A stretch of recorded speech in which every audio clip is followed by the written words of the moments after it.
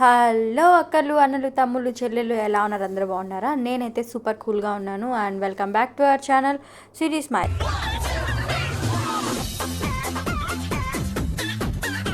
So ఈరోజు మనం వీడియోలో ఫిష్ ఫ్రై చేసుకుంటున్నాం అనమాట. దిస్ ద ఫస్ట్ టైం అనమాట నేను ట్రై చేయడము.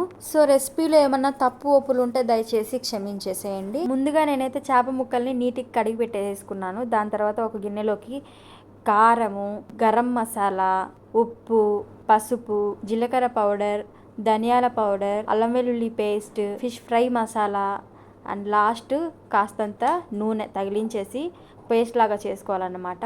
నేనైతే పేస్ట్ లాగా చేద్దామని చెప్పేసి ట్రై చేశాను, బట్ రాలేదు, పొడి పొడిగా వచ్చింది. సో నేనేం చేశాను అంటే నీళ్ళతో అడ్జస్ట్ చేశాను. ఈ మసాలాని యూట్యూబ్లో చాలామంది చాలా రకాలుగా చేశారనమాట. నేనైతే ఈ ప్రాసెస్నే చూస్ చేసుకున్నాను, ఎందుకంటే ఈ మెథడ్ చాలా సింపుల్ అండ్ ఈజీ వేలో ఉందన్నమాట. అందుకని దీన్నే సెలెక్ట్ చేసుకున్నాను అండ్ ఇలాగే చేస్తున్నాను అనమాట. సో మసాలా అయితే పేస్ట్ లాగా వచ్చేసిన తర్వాత చూసారు కదా, పేస్ట్ లాగా వచ్చేసింది. సో ఈ పేస్ట్ని తీసుకొని పోయి చేపలకంతా పట్టించాలి, ముక్కకి బాగా పట్టించాలన్నమాట.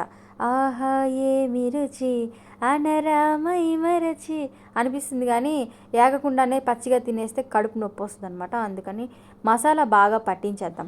అయితే నేను ఈరోజు పులుసుకి కొన్ని చేప ముక్కలు, ఫ్రైకి కొన్ని చేప ముక్కలు తీసుకొచ్చుకున్నాను అనమాట. మన ఛానల్లో ఆల్రెడీ చేపల పులుసు అప్లోడ్ చేసినాను, చూడండి. సో ఆ రోజైతే పర్ఫెక్ట్గా వచ్చింది, ఎంత బాగా వచ్చిందంటే చేపల పులుసు అంత బాగా వచ్చింది.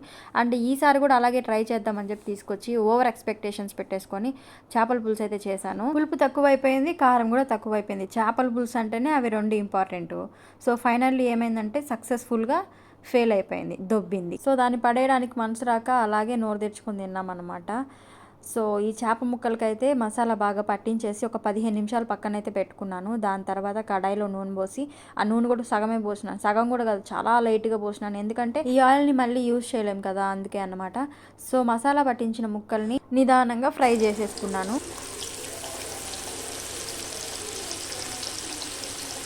దూరంగా వెళ్ళు.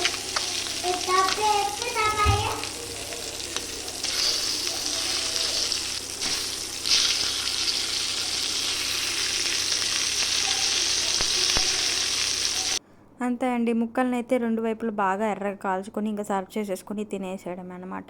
So this is all about the blog. ఈ బ్లాగ్ మీకు నచ్చిందని అనుకుంటున్నాను. అండ్ ఈ చేప ముక్కలు కూడా నచ్చినాయని అనుకుంటున్నాను. ఒకవేళ నచ్చితే సబ్స్క్రైబ్ చేసుకోండి, లైక్ చేయండి, షేర్ చేయండి, కామెంట్ చేయండి. అండ్ నెక్స్ట్ వీడియోలో కలుద్దాం. Bye bye.